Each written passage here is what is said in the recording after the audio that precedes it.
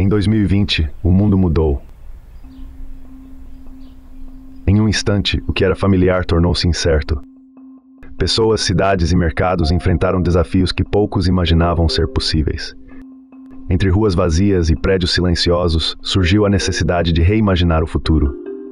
Este documentário conta a história de como o mercado imobiliário respondeu a um dos maiores desafios da nossa era.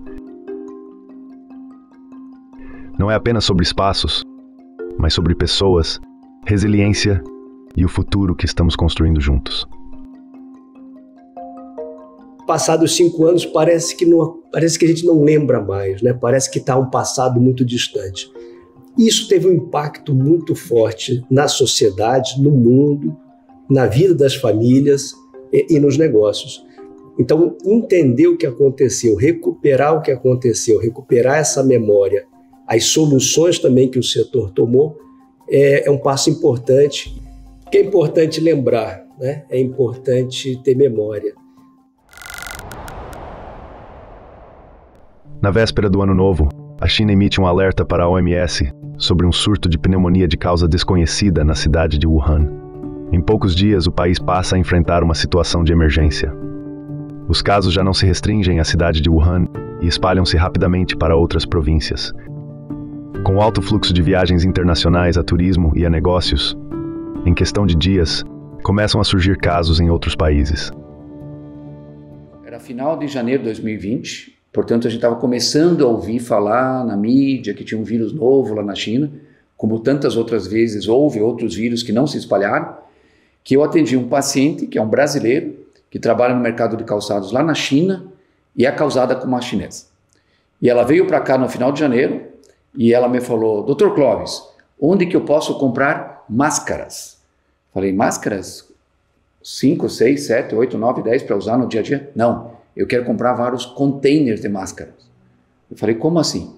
Que eu acho que o senhor sabe, nós estamos tendo um vírus lá em Wuhan e eu fui em 3 e 4 farmácias e eles têm a máscara da China, que é produzido justamente lá em Wuhan. Mas eu que estou vindo de lá, não tem mais máscara lá. Ou seja, a China não conseguir mais produzir máscara nem para si mesmo, é porque a situação já estava chegando a fora de controle lá na China. Com mais de 7.000 casos na China, 170 mortes e 82 casos confirmados em outros 18 países, em 30 de janeiro, a OMS declara o surto do novo coronavírus como emergência de saúde pública de importância internacional, o mais alto nível de alerta da organização. Em 26 de fevereiro, com mais de 80.000 casos no mundo e 2.700 mortes, o primeiro caso é confirmado no Brasil. O mundo enfrenta momentos de pânico e está prestes a enfrentar uma crise sanitária sem precedentes.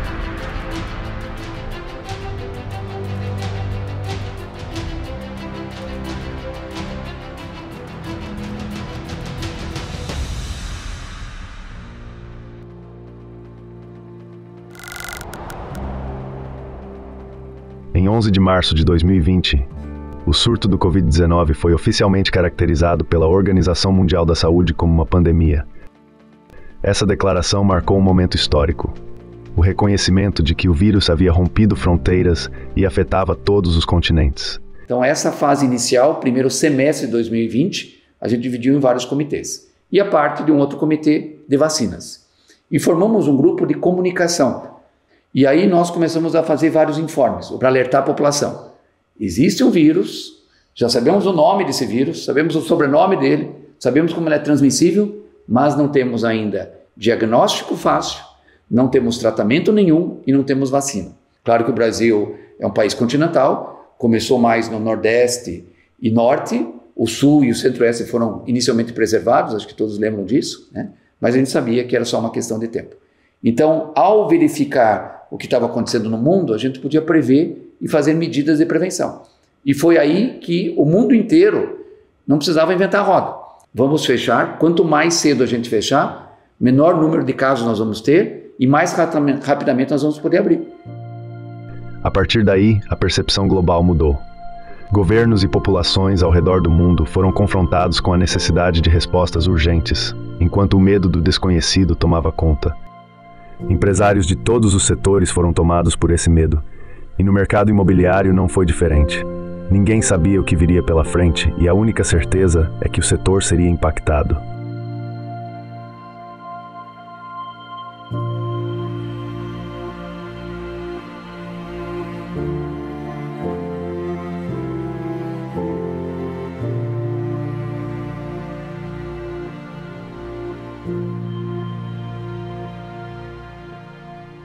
Como é que você assina um contrato se o cliente não pode estar presente, se você não pode estar no stand, se você não pode dar bom dia para o teu funcionário, para o teu chefe? Como é que as coisas vão andar? Eu pensei naquele momento, as empresas vão acabar, a minha empresa vai quebrar. Foi um sentimento de terror, para dizer a verdade para você. Algo que eu não tinha a menor noção de como lidar. Porque congelamento de moeda você vai administrando, etc. Mas um negócio que obriga você a se isolar dos seus funcionários, dos seus clientes, dos seus fornecedores, e às vezes até da sua família, eu não tinha a menor ideia de como administrar isso. Foi um sentimento de impotência absoluta. Um momento bem... as ruas vazias, cidade deserta e tal. É realmente um negócio meio... um cenário de apocalipse, né? Que não tinha acabado. Foi um momento muito duro pra gente, de muita incerteza, com uma carga emocional muito grande, porque todos sabiam que o nosso setor ia ser muito impactado, a gente tinha que estar preparado para isso. Foi alguma coisa muito fora da caixinha, foi alguma coisa que houve dias que você não sabia para onde correr. Você não sabia fazer o quê, porque aquilo não tinha uma experiência anterior. Você não tinha uma referência, você era sei lá, como é que eu faço isso? Como é que eu faço aquilo, né? Falando sobre isso, justamente naquele momento, mais uma vez, a gente não tinha certeza de nada. Mas, ao mesmo tempo, foi gerando muita ansiedade, né? Porque a gente não sabia como que o negócio ia chegar no Brasil. Imagina, 15 dias antes de decretar a quarentena no Brasil, a gente estava tendo carnaval de rua. Então, a gente falava que no Brasil não ia ter esse problema, porque é um país tropical, porque é verão, porque está quente. Ou mesmo porque o brasileiro já sabia que estava vindo aí, né, um vírus, então a gente ia se preparar para ele. E olha que interessante, apesar desse privilégio todo, nada disso pôde nos preparar para o que aconteceu. Sim, foi um momento muito tenso, porque a pior coisa que tem é quando você não consegue se precaver, você não sabe o futuro, né? Assim, ou pelo menos mitigá-lo. Ali a gente não tinha a real noção do que poderia de fato acontecer. Bom, foi realmente um momento impactante, assim, né? Um momento de grande dúvida o que vai acontecer. E a gente começou a ficar muito preocupado, né, que a proporção seria muito profunda e a duração era incerta. Foi um ano, de fato, que trouxe uma incerteza para o mercado, incerteza do que viria pela frente, né? Escolas e universidades fecharam suas portas. A suspensão das aulas, iniciada ainda em meados de março, foi uma das primeiras medidas adotadas para conter o avanço do vírus. Poucos dias depois, atividades comerciais consideradas não essenciais foram fechadas, obrigando muitas empresas a adotarem o home office. Nós tínhamos, à época, cerca de uns 300 funcionários de escritório. E nós tínhamos, sim, aqui já no escritório, uma boa estrutura digital, digamos assim. E aí precisamos acelerar no sentido de fazer com que esses sistemas nossos pudessem ser trabalhados, o pessoal não estando no escritório e estando nas suas residências. E assim fizemos, né? Então, foi uma corrida grande do pessoal de TI para que pudesse preparar tudo isso. Então, apesar de não estarmos preparados, mas a gente conseguiu rapidamente adaptar todo mundo para que pudesse trabalhar das suas residências.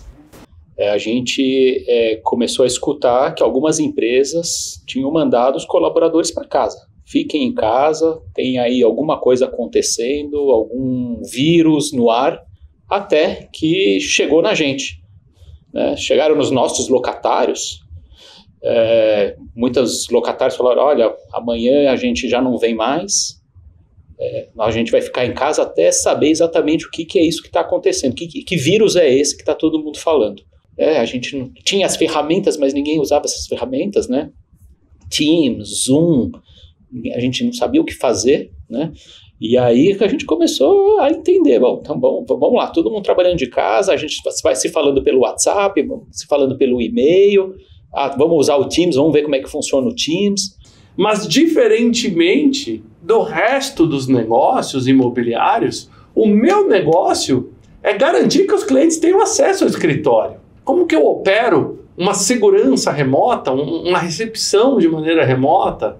Então, os serviços como acesso aos espaços de trabalho, eles eram considerados essenciais. Primeiro que eu tinha muitos clientes de serviço essencial, banco, farmacêutica, órgãos públicos, uma série de serviços de clientes do coworking, né, que estavam no espaço flexível e que eram serviços essenciais. Então eu não podia fechar por causa desses clientes. E ao mesmo tempo que eu tinha que manter as minhas pessoas seguras. Então isso foi um momento bem difícil ali de gestão. Para alguns segmentos não essenciais, o home office não era uma opção. A alternativa foi a suspensão das atividades. Quando os negócios fecham, a incerteza de receita força os empresários a repensarem seus planos e enfrentarem a imprevisibilidade. Esse cenário se complicava ainda mais para os setores de shopping center e hotelaria, que por sua natureza não poderiam migrar para o home office da mesma forma que outras áreas. Estavam todos muito preocupados, muito ansiosos, e a gente também, porque ninguém estava entendendo direito o que ia acontecer, né? Num primeiro momento a gente achou que em 2, 3 meses as coisas iam se resolver, né? E depois passa 1, 2, 3 meses, aí você começa a fazer análise, olha, o caixa não vai dar, como é que vai fazer? A pandemia era como um meteoro que caiu na Terra, e esse meteoro caiu em cima de um shopping center, tamanho era o impacto no nosso setor, foi talvez o setor mais impactado. A gente sempre teve uma premissa básica, né? Tinha um dogma que era o shopping nunca fecha. E caiu a ficha no momento em que o poder público decretou, né, pela primeira vez, que os nossos empreendimentos seriam fechados. Não um, mas diversos, né? Não foram todos ao mesmo momento, né? Cada municipalidade, cada estado teve regras diferentes e teve timings diferentes de fechamento. Mas naquele momento que caiu a ficha que o buraco era muito mais embaixo do que a gente estava imaginando no início. Então o shopping tem essa característica de ser um equipamento que está o tempo inteiro em funcionamento. Então a ideia de fechar um shopping para a gente era um negócio completamente fora da realidade. E existia uma incerteza muito grande, sobretudo com relação aos lojistas, né? A gente imaginava o que vai ser desse lojista, esse cara que muitas vezes investiu ali o único dinheiro que ele tinha, fez uma aposta num negócio. No momento que você tem ali o anúncio do lockdown, tudo despencou muito rápido, assim. E os motivos eram diferentes, assim. Então, os nossos fundos de CRI, a gente tinha muita exposição a devedores do setor de shopping. Então, na visão do investidor, se ele tinha parado de pagar o dividendo, provavelmente ele não ia pagar as dívidas também. E as coisas não eram exatamente assim. Então muita gente falou, fundo de crédito vai explodir, caiu bastante, assim. Aquelas primeiras semanas, quando começou a se alastrar pelo mundo, né, essa pandemia, a gente já ficou preocupado. A gente já ficou preocupado porque o setor de viagens, o setor de turismo está intimamente ligado ao setor de viagens. Sem viagem não tem turismo. E o setor de viagens iria fatalmente ser muito prejudicado. Acho que a primeira questão importante é falar assim, a gente teve que se reorganizar. A empresa ela se reorganizou. A gente se moldou no modelo de gestão de crise. A preocupação é gestão de crise. A gente está aqui para gerenciar uma crise, né? E na gestão de crise, tinham 2 questões prioritárias. A primeira delas era cuidar da integridade física do colaborador que vai trabalhar no hotel e dos hóspedes. E a segunda dela é a preocupação com a crise de caixa que os hotéis iriam enfrentar, dada a preocupação, a expectativa da intensidade da extensão da crise. Então a gente se reorganizou completamente para operar dessa forma, já antecipando, aí sim, um cenário devastador de queda intensa de demanda por um tempo indeterminado, com uma forte necessidade de adaptar as operações para atender os protocolos sanitários necessários para a gente garantir a saúde das pessoas que estavam expostas. Mas a prioridade nesse momento, você sabe, era cuidar da saúde, de certa forma tentar cuidar do bem-estar dos nossos colaboradores, dos nossos hóspedes, dos nossos colegas, inclusive da nossa família, né? E daí veio a difícil decisão de começar a fechar os hotéis. E isso, para você ter uma ideia dos números, dos 300 hotéis que nós tínhamos na época no Brasil, a gente fechou 280 hotéis. Os 20 hotéis abertos eram muito mais para dar apoio às embaixadas, aos serviços de saúde, a algumas tripulações que ainda estavam fazendo alguns voos, etc. Mas a demanda acabou basicamente de uma semana para outra. O nível de ocupação dos hotéis, que é em torno de 70%, caiu para zero. E daí a decisão veio, a segunda decisão, muito difícil, né, que era relacionada aos nossos colaboradores. Quando você fecha o hotel, você não precisa dos colaboradores. Então teve a difícil decisão de ter que desligar alguns colaboradores, ou pelo menos colocar em férias, né? Porque todos nós achávamos que aquilo ia demorar 1 mês ou 2 meses, e que logo depois de 1, 2, 3 meses a gente estaria de volta recebendo os hóspedes, e não foi bem assim, né? A gente ficou com hotéis por mais de 1 ano fechados. E não tinha uma regra, né? Cada país era de uma maneira, cada região fazia uma situação, e era muito de uma situação de só piorava, né? Os hotéis só iam fechando. A gente não tinha nenhum mercado melhorando, estava tudo fechando. Então, quando a gente começou com 9.200 quartos, chegou uma hora que já estava metade dos hotéis estavam fechados, realmente. Então, assim, foi e cada mercado, cada país de um jeito. E até entender se podia estar aberto, se não podia estar aberto, né? Então, tinha essa grande dificuldade.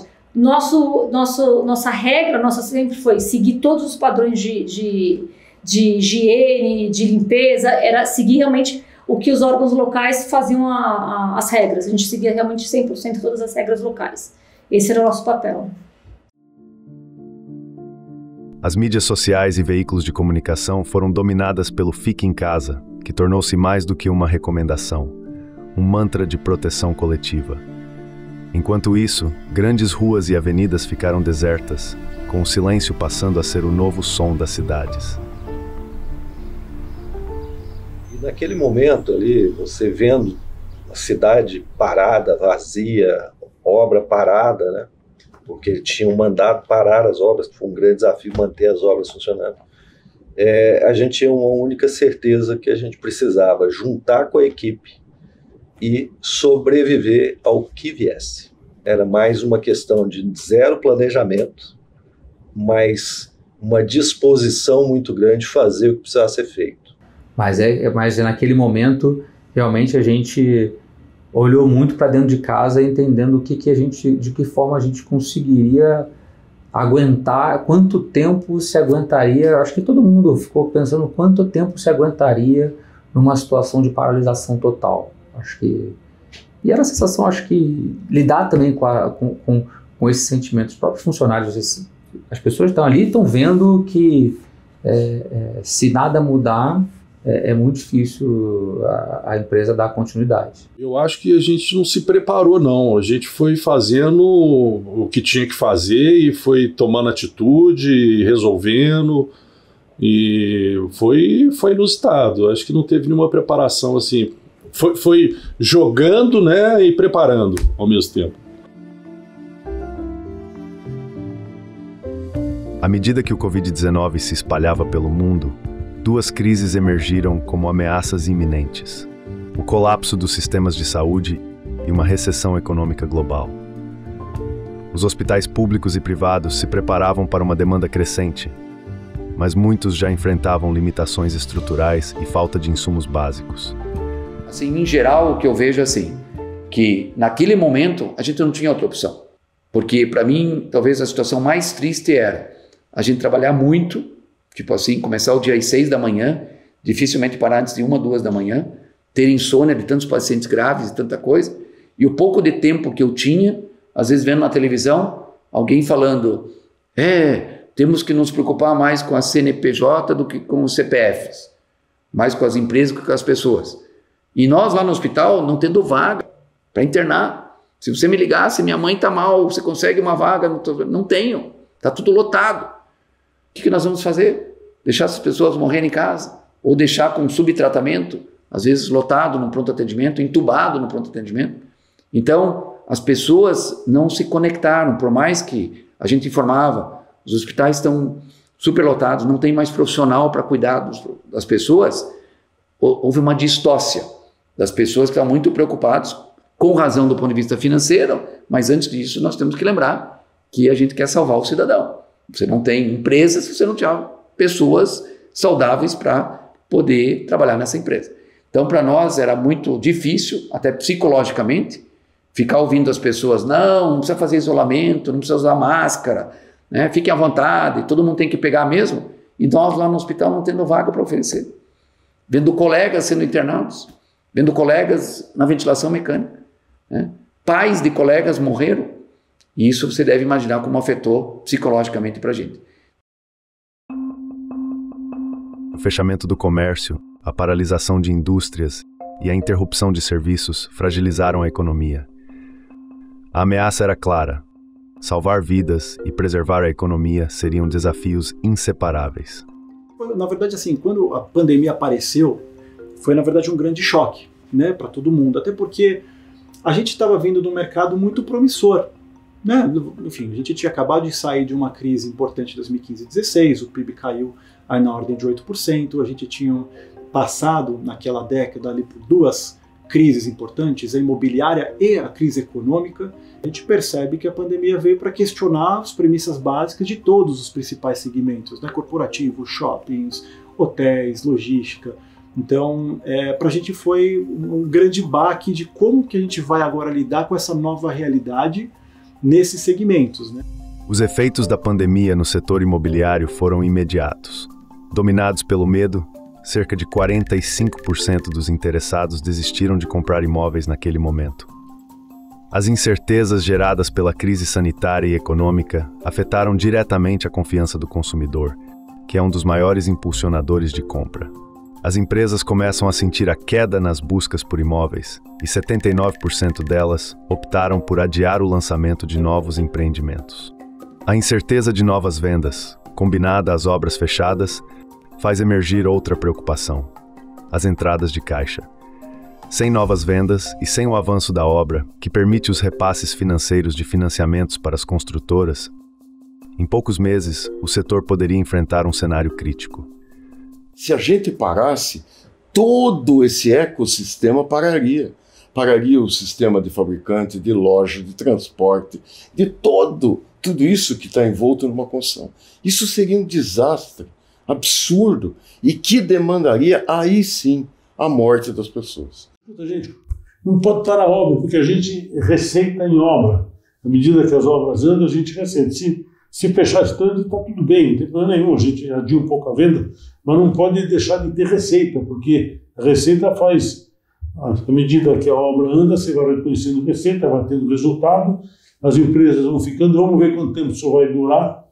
Vamos falar com o governador, vamos falar com o prefeito, daí vai caravana, e o cara estava sendo demandado por todos os setores. Não demorou para a economia sentir o impacto de lockdowns, fechamento de comércios e interrupções nas cadeias de suprimentos. A nossa cadeia, ela é uma cadeia horizontal. Ela tem muita atividade, porém é horizontal. Por isso que ela dá um efeito muito rápido na economia.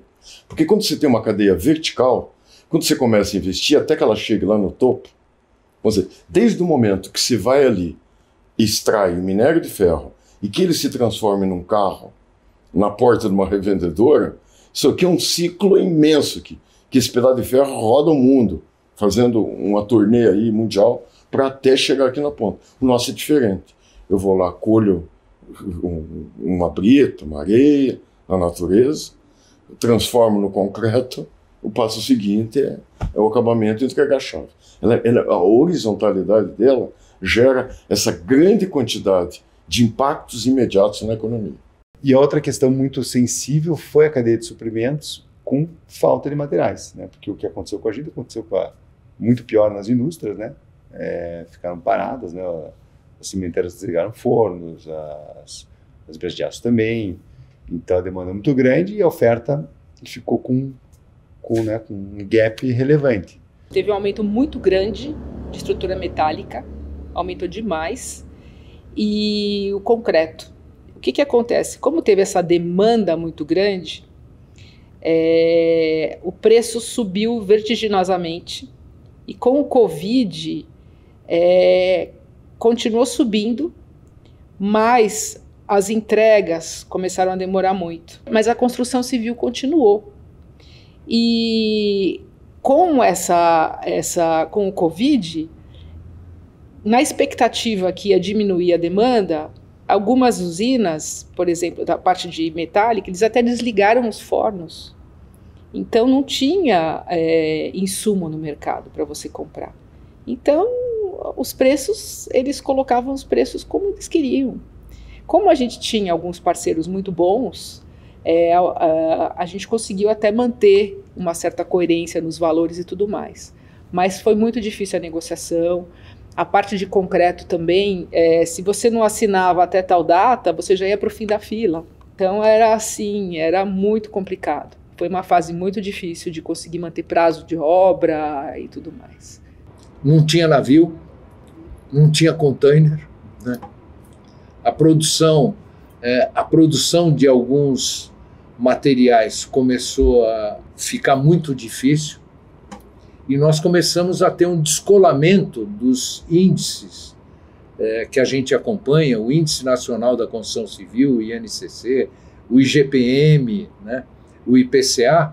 Nós ficamos aí durante um bom tempo com esse índice também beirando aí um acumulado de 20% no ano. Para mitigar os impactos econômicos da pandemia, o governo brasileiro implementou uma série de medidas emergenciais. Foram criadas linhas de crédito e empréstimos para apoiar empresas e trabalhadores, tentando garantir a sobrevivência dos negócios durante os momentos mais críticos da crise econômica.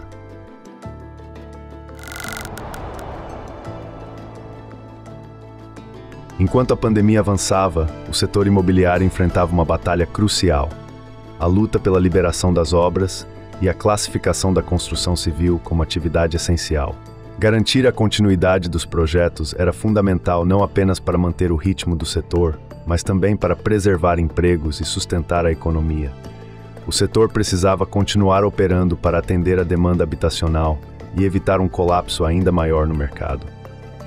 Vocês vão recordar que tem um fato que chamaram na época Caminhada da Morte. Nós estávamos em reunião, eu com o representante da CEBIC e várias outras entidades empresariais, pedindo ao presidente Bolsonaro que flexibilizasse a abertura, né, e essa coisa toda. Naquele dia que eu consegui arrancar o decreto do Bolsonaro. Só que o mesmo dia, no meio da conversa, o Bolsonaro, numa grande jogada de política, ele disse: mas vocês não querem conversar agora com o pessoal do Supremo? Vocês vão lembrar desse fato. E daí, claro, que nós queremos. Ele disse: então vamos lá agora. Daí ele segurou nós e fomos a pé, do Palácio do Planalto até o Supremo Tribunal, recebidos pelo ministro Toffoli, né? E aquilo saiu na imprensa internacional, que foi a caminhada da morte, porque nós estávamos pedindo a liberação que ia gerar a morte dos nossos trabalhadores. Você veja que coisa horrível que foi falado, e a gente não pode ficar com medo de quem fala coisa errada. A gente tem que peitar e ir para frente. Então, vamos dizer, a consciência totalmente tranquila e, muito mais do que isso, feliz por ter contribuído com esse nosso pessoal.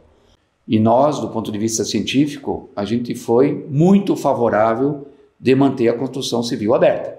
É um ambiente aberto, é um ambiente que você pode orientar o profissional a usar máscara. Muitas vezes ele já usa máscara por causa do pó, da poeira, dos entulhos que tem, né? Faz parte do EPI, de proteção respiratória, né? Em termos de poluição dele usar. Por outro lado, ao mesmo tempo a gente falou, mas temos que fechar os bares e as instituições de aglomeração.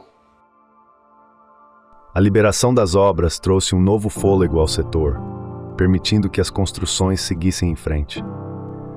No entanto, esse alívio temporário logo se esgotaria se o setor não conseguisse dar vazão ao que estava sendo construído. Sem vendas, todo o esforço das obras seria em vão, e a recuperação do mercado estaria mais uma vez comprometida. O verdadeiro desafio estava em equilibrar a oferta com a demanda e entender o que a população estava buscando em meio a tantas incertezas.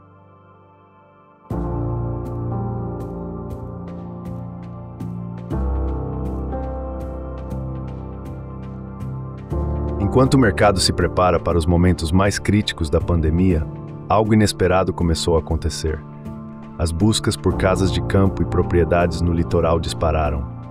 É um clássico da literatura mundial, da literatura italiana, chamado Decamerão, que é do Giovanni Boccaccio, que ele trata bem disso, né? São as famílias que no contexto da peste, né, se reúnem afastadas dos centros urbanos. A ideia era de sair dos centros urbanos e viver a vida. Então as famílias de renda alta, né, em cada sociedade, em cada época, saem dos centros, vai para o interior, né, em grandes propriedades e tal, aonde naturalmente se pensa, né, de que você estava protegido, né, das, vamos dizer assim, dos eflúvios da peste, então você sanitariamente está salvo, né? E de alguma maneira isso se repete. As famílias saem dos centros urbanos, vão para os centros próximos dos centros urbanos, mais afastados, aonde podem ter aí uma fruição, uma vida. Bom, até porque se você está com essa espada sobre a cabeça, sabe lá o que vai ser amanhã, é importante aí a fruição, né? Então, isso de alguma maneira, essa ideia de viver a vida, de usufruir, de ter mais qualidade de vida, ela é muito forte, ela acontece historicamente em momentos de peste negra ou de pandemia, como é o termo que a gente usa hoje, né? O primeiro semestre de 2020 encerra com uma queda alta nos lançamentos imobiliários, porém com vendas estabilizadas. Com plantões de vendas fechados ou com acesso restrito, as vendas imobiliárias online ganharam força e se provaram uma solução eficiente. Isso é uma tese que eu diria antropológica, alguma coisa desse tipo. Vou te explicar. De novo, é a mesma coisa que eu citei na nossa timidez de não ter percebido que o nosso cliente estava pronto para a compra virtual. E é muito interessante que nesse período, o nosso segmento e outros segmentos tiveram um avanço em tecnologias que já eram existentes e que elas iriam ser implantadas e exploradas pelas empresas num determinado prazo. O que aconteceu? Tudo isso foi antecipado e acho que essa antecipação foi muito bom para o mercado, né? Porque isso tudo gera inclusive uma economia. Então, se usar toda essa inteligência, acho que gerou para a gente agora uma economia e uma facilidade de operar também, o que é fundamental. Nossas vendas através do meio digital também aumentaram. Então, da mesma forma, nosso investimento em mídias online, no digital também aumentou. E o cliente ele vem muito mais informado já sobre o produto, tudo, né? Isso é muito bom. Hoje a nossa venda é toda digitalizada, a nossa compra é toda digitalizada, os nossos contratos eles são automáticos. Você compra, já sai o DocuSign, já manda para o e-mail do cliente, então isso veio para ficar. Houve uma modificação tremenda na digitalização da empresa. O cliente antes ele tinha que buscar os documentos, seja no cartório, seja em despachantes e tudo. Ou no processo da pandemia, como parte desse movimento físico estava muito restrito, como fazer isso? A gente digitalizou tudo isso. Então, um outro item muito importante no crédito imobiliário, avaliação de imóvel. Até antes da pandemia, a avaliação de imóvel era presença física. Você agendava a visita, ia até o local, fazia as vistorias todas. Como que você faz isso no período da pandemia? Você não faz. Teve um processo enorme de digitalização. Hoje, mais da metade do crédito imobiliário, a avaliação não é mais física. É toda a parte de banco de dados por AVM. Isso aconteceu a partir da pandemia. Coisas que a gente já conquistou, que hoje é meio que óbvio, mas naquele período não tinha. A A inovação nas vendas também auxiliou na realização de processos que sem a tecnologia não seriam possíveis durante o isolamento, como a negociação e aluguel de lojas em shoppings. E foram muitas as inovações, né? Os degraus nas escadas, os elevadores, mas também como operar o shopping center numa época pandêmica. Então, trazia os nossos parceiros, né, os decisores, para os nossos escritórios e, através de realidade virtual, a gente trazia o shopping para o nosso parceiro comercial. E aí, uma tecnologia super simples, né? Óculos de realidade virtual, uma filmadora 3D. Então, o nosso lojista ele frequentava o shopping, virava a cabeça, olhava o corredor, andava para frente, para trás. E a gente assinou diversos contratos, tanto na pandemia quanto no cenário pós-pandemia, com essa simples ideia, né? No pico da primeira onda, com mais de 46.536 registros diários da doença, os portais de venda online registram recordes de acesso e o mercado imobiliário é surpreendido com a notícia. A intenção de compra de imóveis dos brasileiros voltou a crescer.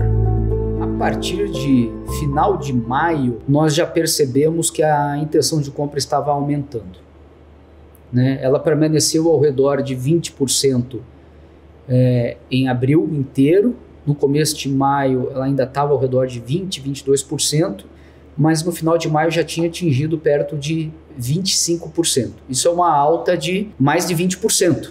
Então a gente falou, opa, já existe uma acomodação. Em junho ela já estava perto de 30%. E em julho ela já tinha recuperado o nível pré-crise.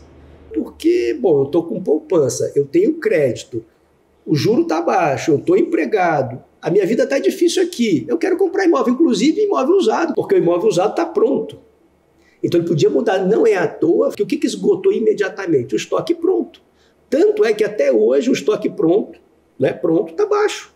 Porque liquidou-se o estoque pronto. Tudo que tinha pronto, seja de lote pronto para morar, para receber o lote, seja de apartamento, esgotou, desapareceu.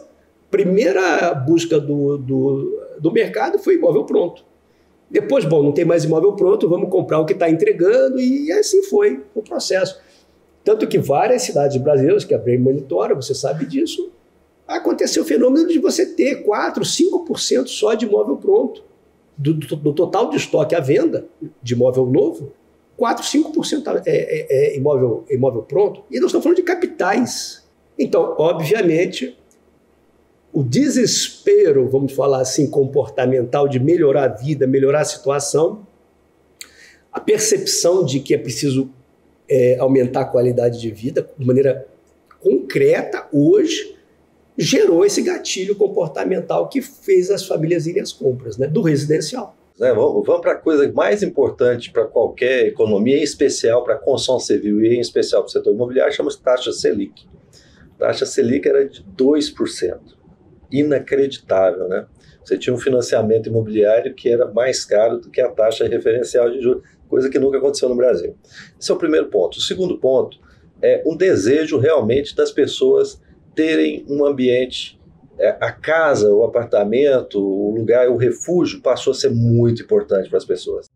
A casa, esta que tem a função de abrigo, aconchego e proteção, foi sobrecarregada de atividades pela pandemia. Mais do que onde o coração está, o lar cumpriu diversas funções ao longo do isolamento.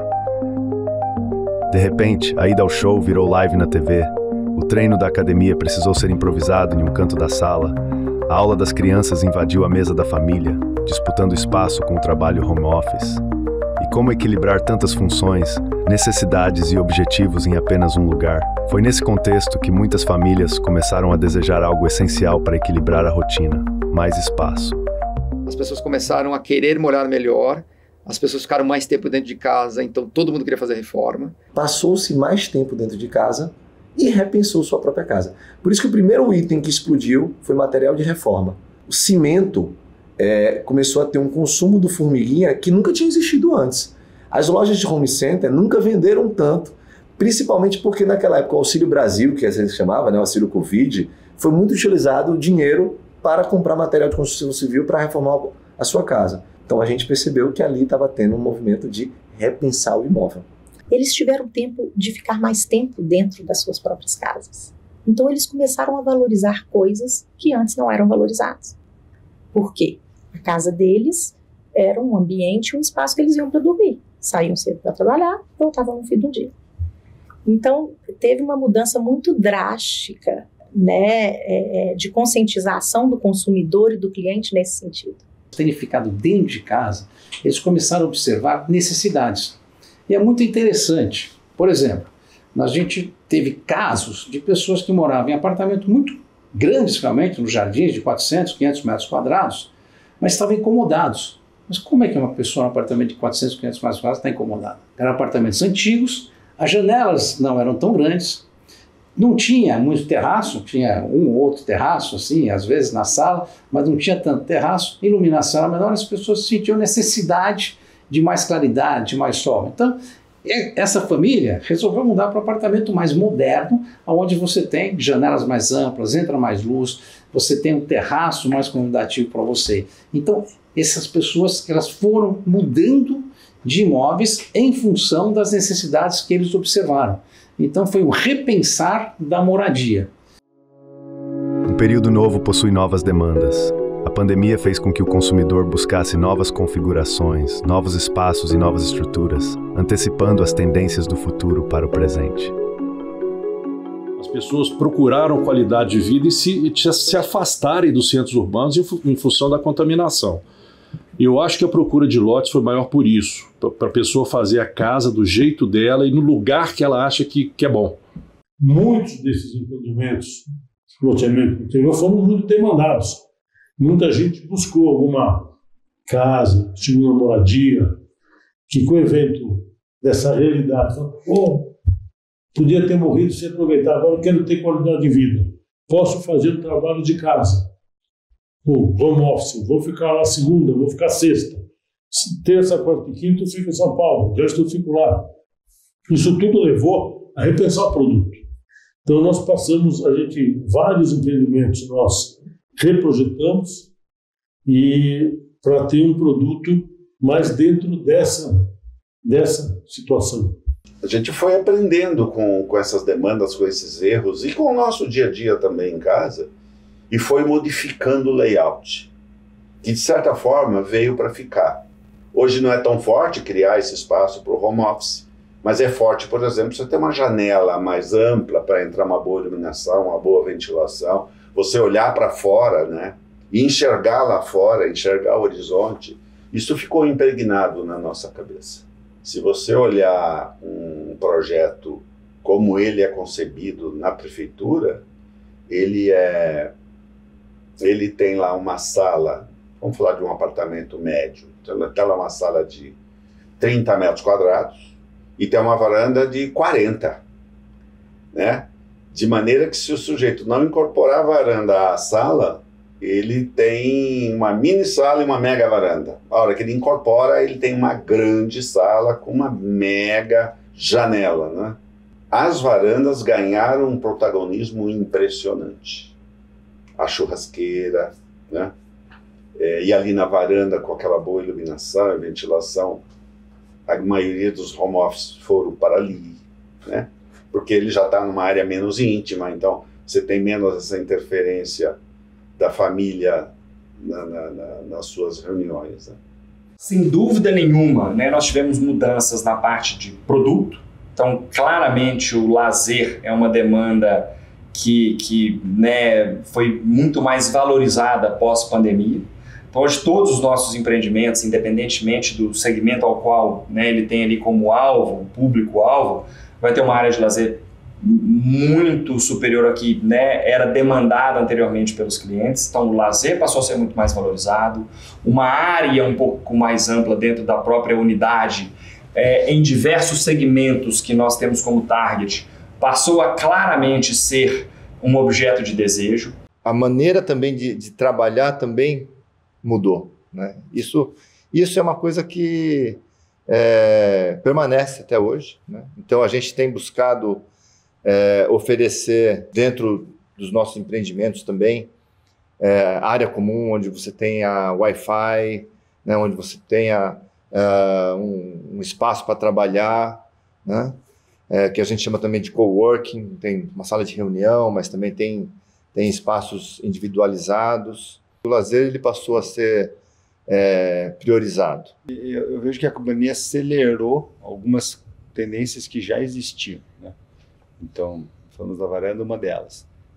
A outra é a questão de academias, por exemplo, né? E a gente sempre investiu em academias mais generosas, com equipamento de alta qualidade. E de lá para cá a gente reforçou esse movimento, porque hoje é algo muito valorizado pelos clientes, é muito valorizado. O cozinhar em casa, né? Os espaços gourmets, tanto dos apartamentos quanto das áreas comuns, né? As pessoas ficaram em casa, não tinha restaurante aberto. Isso eu acho que foi algo também que a pandemia ajudou a acelerar, né? Então, hoje nos empreendimentos, tanto nos apartamentos, é quase inconcebível uma planta que não tenha o gourmet, né? Muitas vezes ele é a cozinha, outras vezes ele é separado da cozinha. E também nas áreas comuns, né? A gente também olhou para isso com um cuidado maior, entendendo que realmente as pessoas passaram a valorizar muito essa questão tanto de se reunir em ambientes, né, privados, trazer os amigos para casa, que era o que sobrou na pandemia, né? E aí isso combina com plantas um pouco mais generosas, né?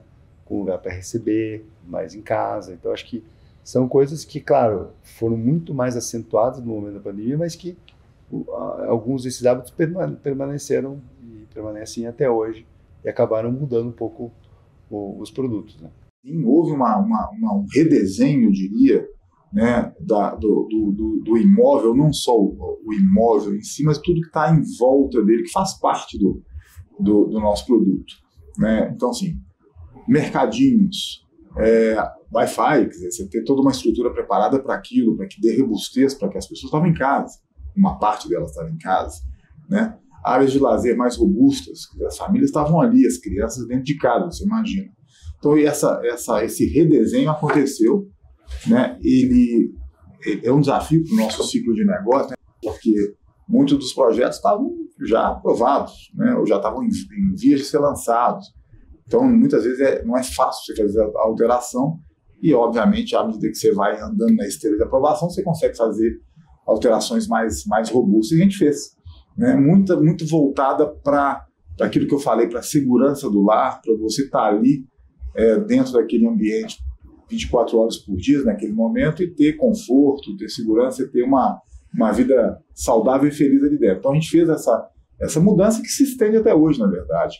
E a gente vê isso nos nossos clientes, essa necessidade de ter dentro de casa confortos que ela não precisa ir fora buscar, né? Um bom lazer, um lazer de clube dentro dos imóveis, alguns serviços de lavanderia, de mercado, como eu falei, que não havia, que não existiam antes, que hoje existem. A internet ganha ainda mais força, quer dizer, você tem que ter conexão robusta ali, né, para que as pessoas trabalhem, estudem, etc. E tal. Então isso mudou e acho que não voltou atrás. E acho que nem voltaram. A portaria também se tornou um diferencial, principalmente pela ascensão do e-commerce e do delivery. Os condomínios se tornaram verdadeiras centrais de recebimento de entregas, e o mercado precisou agir para atender os consumidores exigentes, que demandavam cada vez mais e mais rápido.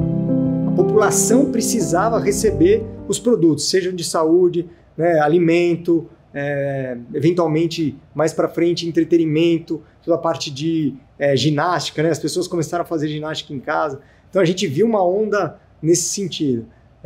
Então no começo foi muito de entender ali onde a gente estava pisando e como manter a operação funcionando, né? O e-commerce já era uma tendência no Brasil. A gente sempre apostou que essa era uma das vertentes de crescimento do setor logístico no Brasil. Uma vertente de crescimento, claro, era o e-commerce. Acho que a pandemia ela acelerou os hábitos de consumo do brasileiro. E aí a gente passou de ser um comprador natural do comércio eletrônico de bens duráveis e passou a mergulhar e a comprar de forma online um espectro muito maior de mercadorias e de bens que habitualmente não se compravam. Então, por exemplo, você não tinha como sair de casa ou você não queria sair de casa para ir no supermercado. Você passou a comprar online. Roupa, você passou a comprar online. Então, a pandemia ela acelerou uma tendência que eu acho que invariavelmente a gente acabaria em algum momento chegando lá. E por que essa tendência ela acelerou? Salvo o melhor juízo, em 2020 foi o primeiro ano da pandemia A base de consumidores no e-commerce ela aumentou em milhões de consumidores. O varejo eletrônico em faturamento em 2020 vis-à-vis 2019 cresceu mais de 40%. E muitos desses caras não estavam 100% preparados para atender essa demanda. Então, obviamente, a demanda por espaço logístico ela aumentou de forma exponencial durante a pandemia. As companhias passaram a olhar para o valor que podem extrair de uma logística mais bem localizada. Acho que a pandemia trouxe uma faísca nessa história, e aí as companhias começaram de fato a fazer uma conta de eficiência. Os inquilinos que as empresas passaram a valorizar de um outro lugar e falaram assim, peraí, né? Tá bom, o metro quadrado é mais caro, obviamente, o ativo, o terreno, o ativo, o prédio é muito mais caro, o retorno do investidor no mínimo tem que ser atendido, mas espera, né?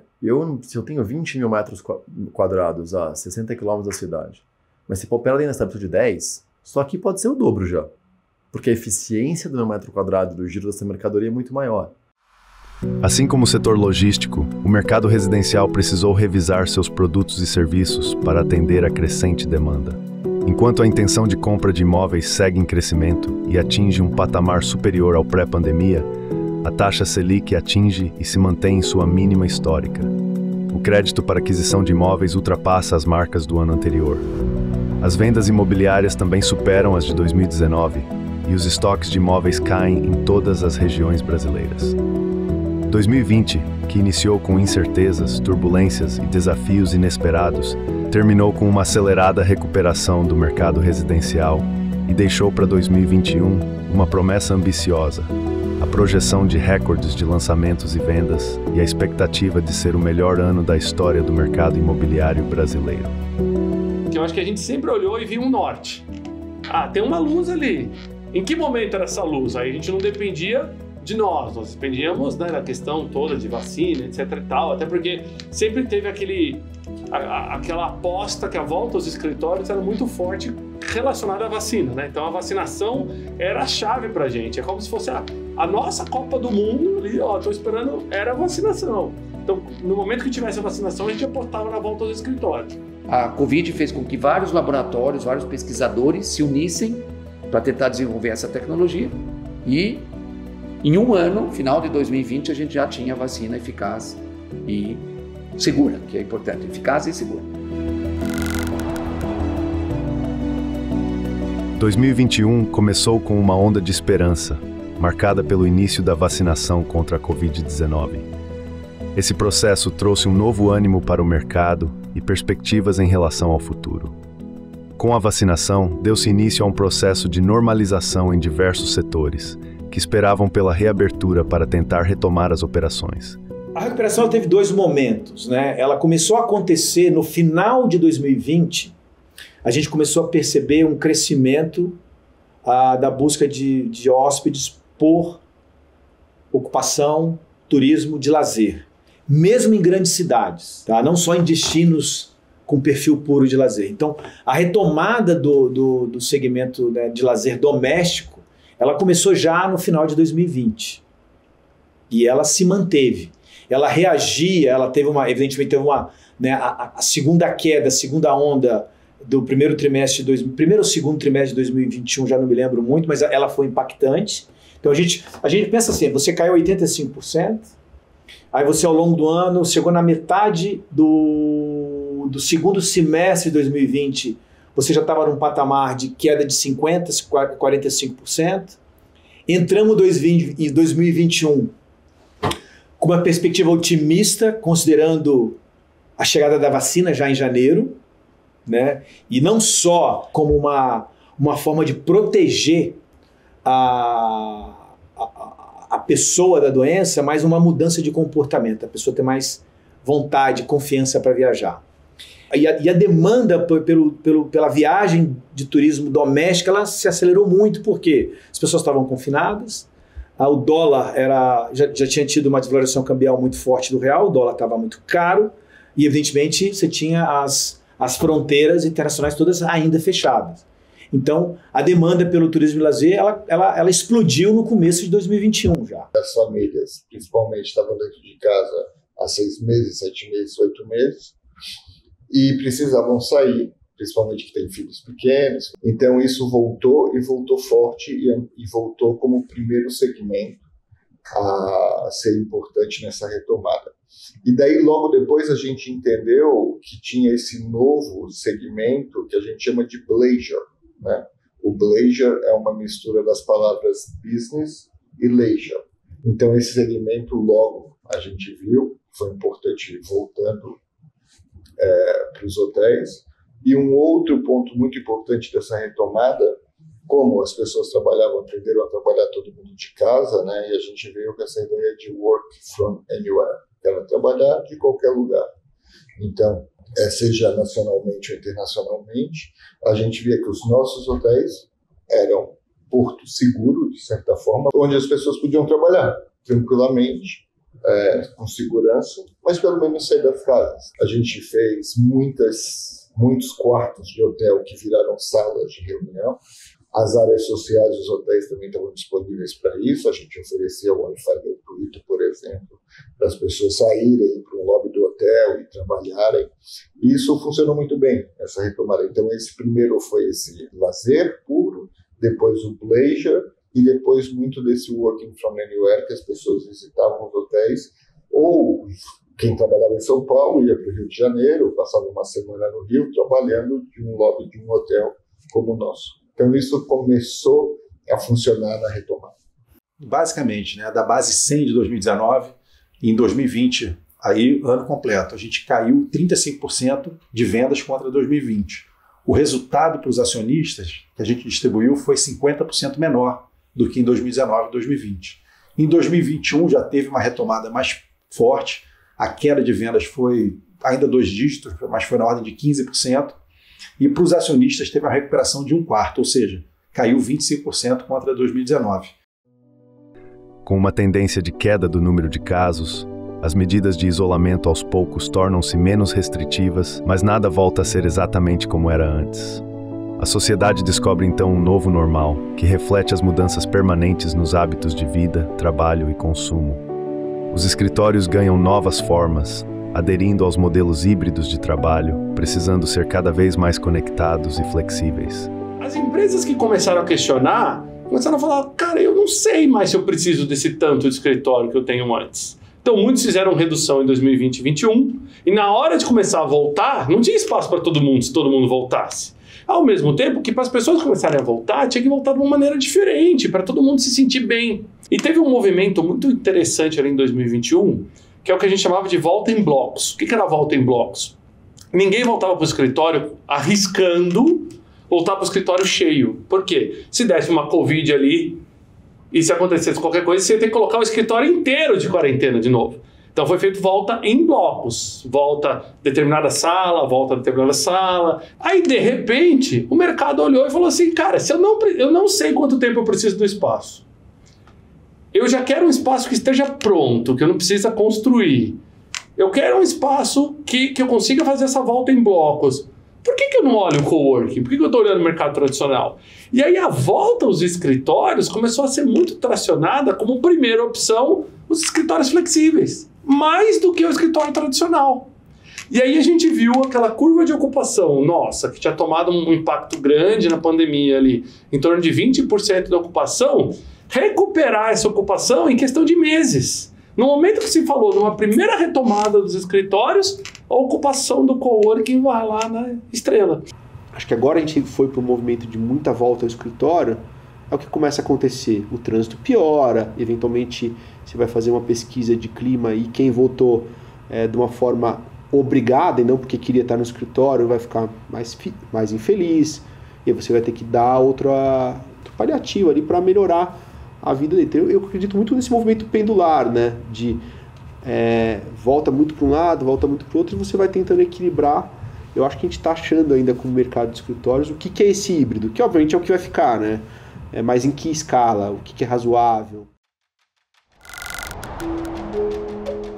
Mesmo com os avanços da vacinação, a chegada da variante Delta trouxe preocupações. Mais transmissível, ela reacendeu temores e fez com que muitas regiões adotassem mais medidas restritivas, ainda que de forma localizada. Os lançamentos e as vendas imobiliárias do segundo semestre foram afetados pelos efeitos do aumento dos insumos, que pressionaram os preços. Primeiro, a mão de obra ficou escassa, porque ninguém queria trabalhar porque tinha que ficar em casa em lockdown. A cadeia de suprimentos começou a dar problema, né? As fábricas fecharam no mundo todo e começou a faltar material para fazer obra. Então, aí começou o caos. No começo foi a bonança de muita venda e no segundo momento veio a realidade, né? A consequência da Covid, que ninguém sabia que ia acontecer e não esperava. Mesmo porque, se a gente esperasse, a gente tinha subido muito o preço, vendido menos para atender esse custo dessa cadeia de suprimentos. Mas não foi feito. Então, aconteceu, fomos atropelados pela falta de mão de obra e alta dos custos das obras. A inflação de insumos foi gigantesca e isso, obviamente, foi sendo repassado de forma periódica, né, ao longo do tempo, e nós fomos encontrando os consumidores que poderiam absorver esse aumento de custos, que em 2 anos chegou em torno de 25%. É um número gigantesco. Apesar disso, os números concretizaram a promessa de que 2021 seria um ano histórico para o mercado imobiliário brasileiro.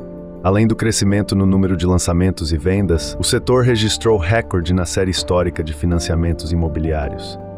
A gente falou, 2021 foi recorde no crédito imobiliário, tá? E qual a razão? Assim, a Selic estava no patamar a 2% e o crédito imobiliário estava em taxas bastante atrativas todos em termos daquele momento. Então, assim, a demanda foi enorme. Então, o ano de 2021, turbinado pela taxa de juros baixa, né? Nós tivemos crédito imobiliário, né, na maioria das operações em torno de 7% ao ano. Né?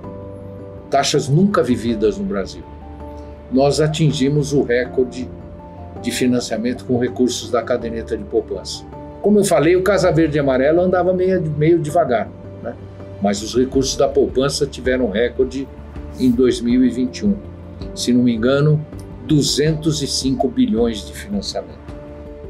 Esses fatores não apenas impulsionaram o setor, como também consolidaram 2021 como o melhor ano da história do mercado imobiliário. A combinação das condições favoráveis, como a taxa de juros baixa, a concessão de crédito e a necessidade das famílias, contribuiu decisivamente para esse desempenho recorde, estabelecendo novas perspectivas para o futuro do mercado. Então houve um incremento da poupança do país e esses recursos naquele momento com a Selic muito baixa foram justamente para a poupança.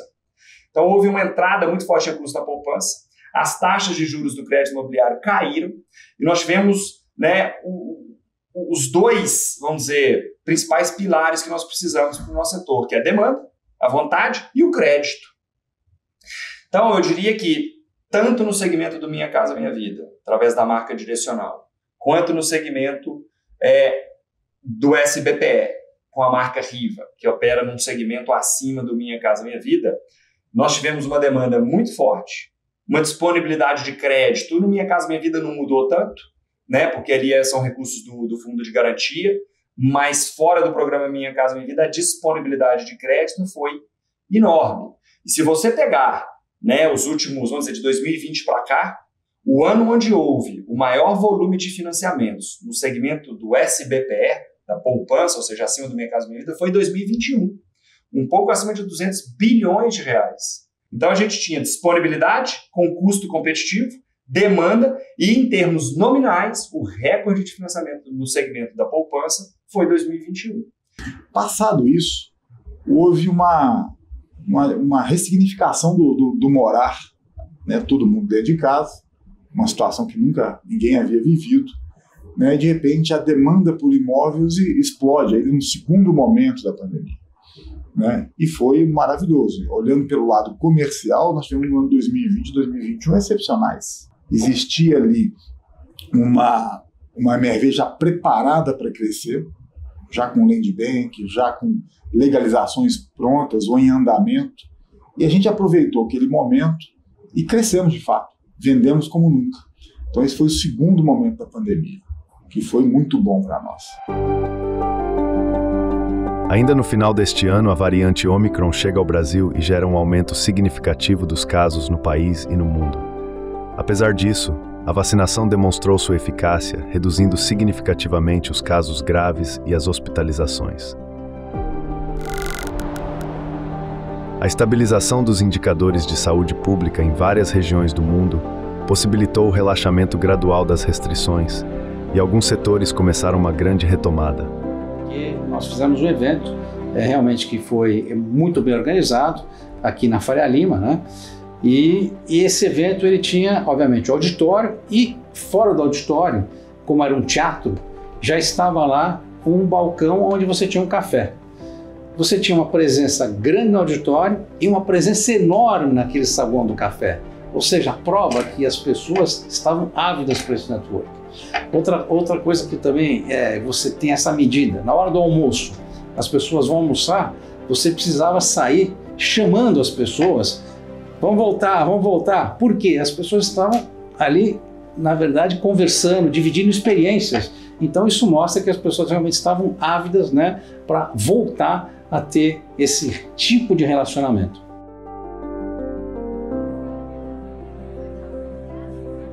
O tempo passou e a vida foi voltando ao normal. As ruas ganharam novamente o som das conversas. As portas dos comércios abriram sem restrições.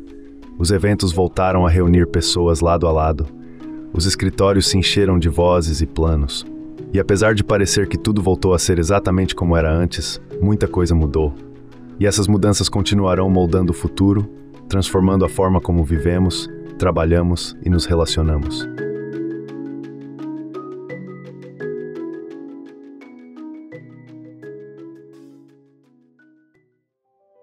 As cidades falam, elas nos mostram que a vida não voltou ao que era antes, ela seguiu em frente. Mais resiliente, mais inteligente, mais colaborativa. O legado da mudança está em cada esquina e em cada escolha que fizemos.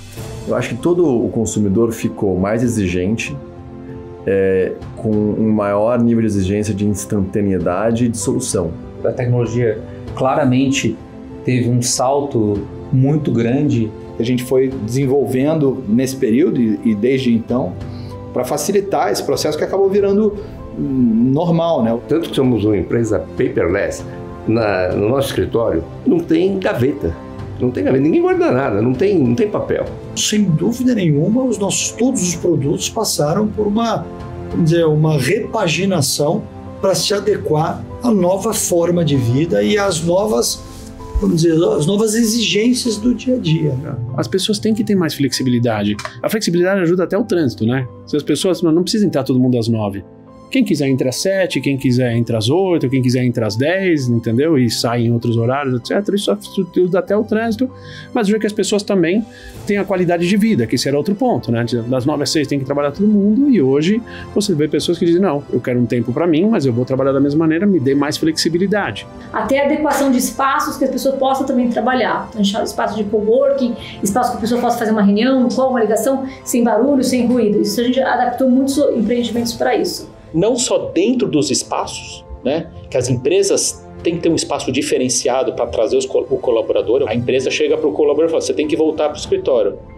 Mas para isso, para que o colaborador volte de uma forma de bom humor, né, tem que providenciar para ele um espaço diferenciado, um espaço bacana. Acho que hoje um dos principais desafios quando você está gerindo uma empresa é o quão atrativo eu sou para ter os melhores colaboradores, né? E distância e local de trabalho é uma das principais dela hoje em dia. Acho que isso a pandemia mudou muito. Sim, se a gente pensa um pouquinho né, a cidade como uma matriz, né, uma malha de eficiência de deslocamentos, a cidade tem que trabalhar para as pessoas.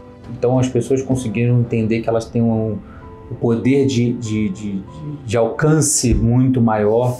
Hoje você não consegue imaginar um shopping em que os restaurantes não entregam em casa ou as próprias lojas muitas vezes se comunicam com os clientes por WhatsApp e fazem as entregas. Isso virou meio parte do business também. A pandemia acelerou uma série de tecnologias, a gente já sabe disso, e isso trouxe ganho de produtividade. Do caos surgiram aprendizados. Em meio à reinvenção, plantamos as sementes de um futuro diferente, onde a inovação e o cuidado caminham lado a lado. Hoje vivemos um novo capítulo, guiados por algo que nos conecta. Eu acho que a principal lição é que nada é mais importante do que as relações humanas, né? Seja no nosso mercado, seja em qualquer segmento. Se você for procurar a origem de tudo isso, a origem de tudo isso está na união. Durante a pandemia, por necessidade, esse setor resolveu se unir. No fundo, essa pandemia nos fez voltar a ter uma empatia maior, tanto com os funcionários, com os clientes, com as pessoas. Eu acho que a gente precisa ter calma e tentar entender exatamente o que está acontecendo antes de sair, de novo, né, mudando de rumo. A gente tem que ter a capacidade de rapidamente entender, mas não tomar decisões antes de esperar melhor, ter uma visão, porque os valores, no final, que a gente está falando é de valores humanos, né? Um dos principais pontos são os valores da empresa, sabe? Fortalecimento dos valores da empresa, que a gente chama de valores de sucesso, né? Numa época que as coisas mudam tanto, é vital você ter convicção dos teus valores, porque eles que vão te dar um rumo. A solidariedade mútua tem uma força muito grande. Olha o quanto a CEBIC contribuiu, olha o quanto os Sinduscons contribuíram localmente, as ATMs, os Secovs, né, as APOPs, todas as entidades, né, que organizam o setor empresarial para que a gente possa construir e entregar. Então, eu acho que assim, reforçou muito a compreensão e a consciência da importância das entidades na economia, no papel das empresas, né? O setor da indústria da construção é instrumento de solução de problema da sociedade brasileira, é isso que a gente tem tentado defender. E a CEBIC e os sindicatos localmente é que tentam organizar essa produção, sensibilizar os governos, sensibilizar a sociedade para entregar para a própria sociedade aquilo que ela mais precisa. O que deixaremos para as próximas gerações não será apenas concreto e aço, mas ideias, valores e soluções que transformam nossas cidades em lugares vivos, inclusivos e sustentáveis. Hoje olhamos para o futuro com a certeza de que nossas cidades nunca serão apenas estruturas, mas histórias vivas. O mundo está mudando. A flexibilidade é uma arma muito poderosa. E as empresas que souberem usar a flexibilidade como benefício são as empresas que vão maior reter seus talentos no futuro. Eu sou muito entusiasta do escritório.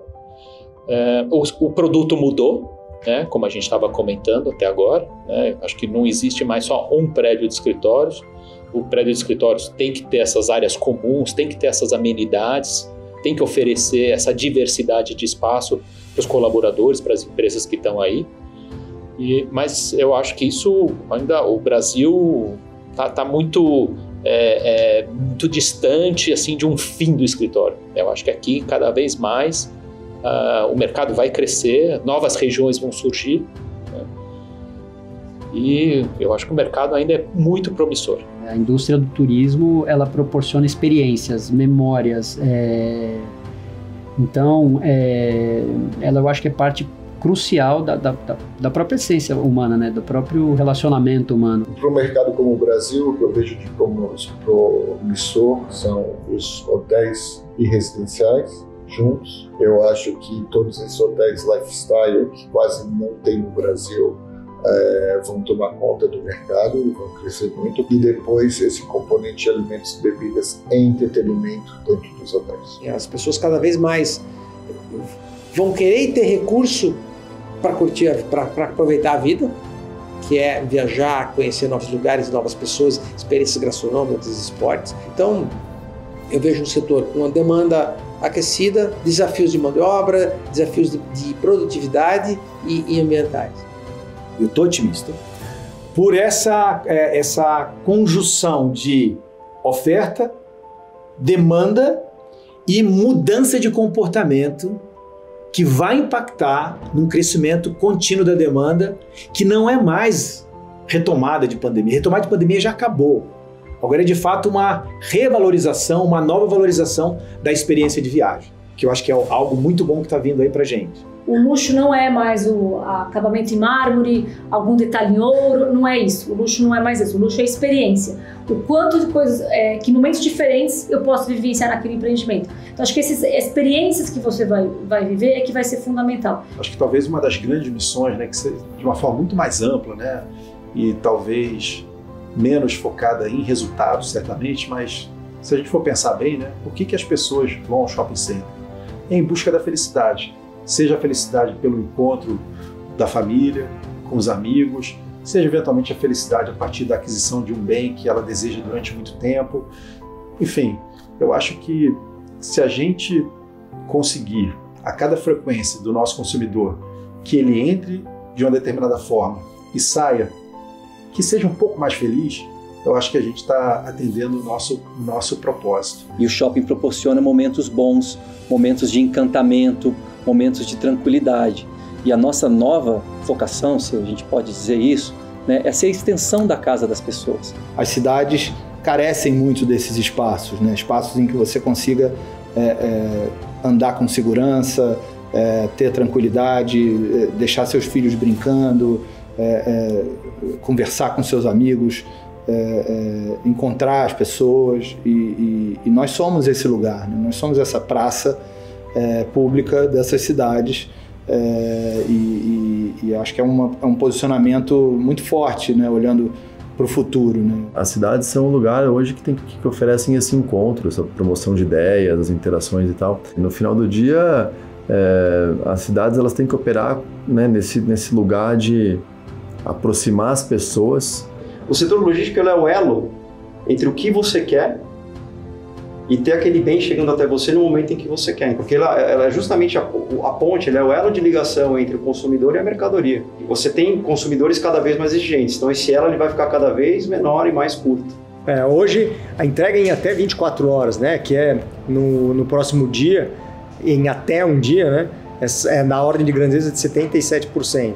E quando a gente vai em até 2 dias, é da ordem de 85%. Eu acho que o e-commerce ele vem com uma responsabilidade de tirar das pessoas o tempo que ele tem de deslocamento. Esse tempo que você, né, de alguma forma se dedica para uma compra que eventualmente pode ser uma compra corriqueira, para você dedicar, né, à tua família, aos teus amigos, ao teu lazer. A gente não vende o lote, a gente vende qualidade de vida, a gente vende a criança, o filho andando de bicicleta.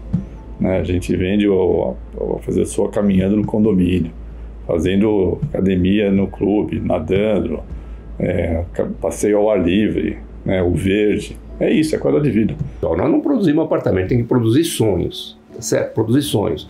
E cuidar dos aspectos urbanísticos, não é? Eu acho que é uma verdade, essa selva de pedras, mas o que cabe, eu acho que ao nosso segmento, é cuidar das questões de ESG, não é? Cuidar das partes urbanísticas, cuidar de verde, tomar cuidado para que as nossas obras não enfeiem a cidade, tá certo? Hoje, eu acho que nós todos temos uma preocupação com as fachadas, criar ambientes que efetivamente sejam ambientes que proporcionem essa felicidade, essa alegria, esse encontro. Nós temos no nosso negócio, na nossa empresa, um privilégio a mais, que é transformar a vida das famílias que mudam para os nossos empreendimentos para melhor. A forma de relacionar, a forma de morar, ela pode mudar. Pode ser no aluguel, pode ser o assunto de multifamily, pode ser a compra, pode ser a segunda moradia, enfim. Mas a demanda do mercado imobiliário ela vai continuar sempre demandante. A jornada está longe de acabar. O mundo continuará em constante transformação e novos desafios surgirão no caminho. Desafios que nem sempre conseguimos prever, mas que exigirão coragem, visão e flexibilidade. Competência é a capacidade de você rapidamente se adaptar a novas realidades. A questão da capacidade de se adaptar ao mundo é muito necessário em qualquer pessoa e qualquer profissional. Nós estamos num mundo cada vez mais volátil, mais incerto, mais indefinido. Eu acho que a incerteza é talvez a característica mais angustiante que nós estamos vendo no mundo de hoje. As mudanças climáticas, as mudanças ambientais, na minha opinião, vão ocorrer muito mais rápido do que até os pessimistas preveem. E eu acho que a gente muito tranquilo, achando que isso vai acontecer em gerações que a gente não vai estar mais aí. Então, um pouco essas medidas, essas iniciativas que dizem respeito a se preocupar com o planeta e como é que vai ser a sobrevivência da natureza e a gente dentro da natureza, elas são muito mais graves, muito mais importantes do que a gente tende a imaginar. A natureza, ela é muito sábia e a gente precisa saber transformar a vida do ser humano respeitando os limites da natureza. A nossa geração, a minha, a sua, de todo mundo que está nos assistindo, é a primeira geração a sentir os efeitos climáticos da mudança toda, né, do meio ambiente. E talvez a última geração com o poder de mudar esses efeitos. Então, se a gente conseguiu fazer uma vacina em 8 meses, talvez nós também consigamos fazer mudanças fenomenais e enfrentarmos aí a mudança climática, que é a grande mudança da nossa geração. E hoje, repito, se a gente tiver um novo coronavírus, né, mutante desse que a gente tem, uma nova variante que seja mais agressiva ou que seja mais contagiosa, em 100 dias nós conseguimos colocar essa nova variante na vacina. Então, acho que esse é um dos grandes legados que nós vamos ter. Inclusive, tem várias pesquisas para ter vacina de RNA mensageiro para outras doenças. Os desafios que enfrentamos deixam marcas profundas, mas também abrem caminhos para algo maior. A certeza de que juntos somos capazes de enfrentar o que vier, de transformar o impossível em realidade e de criar um legado que inspire e fortaleça as gerações que virão. Ele é construído pelas ações que tomamos, pelos valores que defendemos e pelo cuidado que dedicamos a causas maiores do que nós mesmos. Que as próximas gerações aprendam com as nossas experiências e, seja qual for a dificuldade do futuro, podem, de certa forma, se apoiar em tudo que a gente precisou fazer nesse momento tão difícil e que trouxe tanto aprendizado para toda a sociedade do mundo. A gente viveu momentos de incerteza, perdemos entes queridos, pessoas muito próximas, né? Tivemos momentos de muita fragilidade dentro da família. Sem sombra de dúvidas, eu sou uma mulher, uma mãe e uma profissional muito melhor depois disso tudo que a gente viveu, acredito que todos nós. O mundo, né? O mundo é um livro em aberto, né? A vida é em aberto.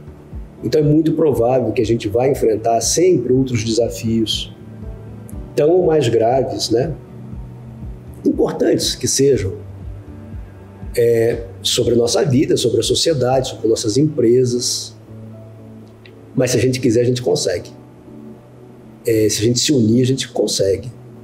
Existe muita inteligência no mundo, no Brasil, nas empresas, na sociedade, que de forma organizada, saindo do seu isolamento, entendendo que há um bem maior para preservar, a gente consegue dar conta. Pela primeira vez eu vi, no sentido de experiência própria, que a humanidade é efetivamente capaz de mudar as coisas.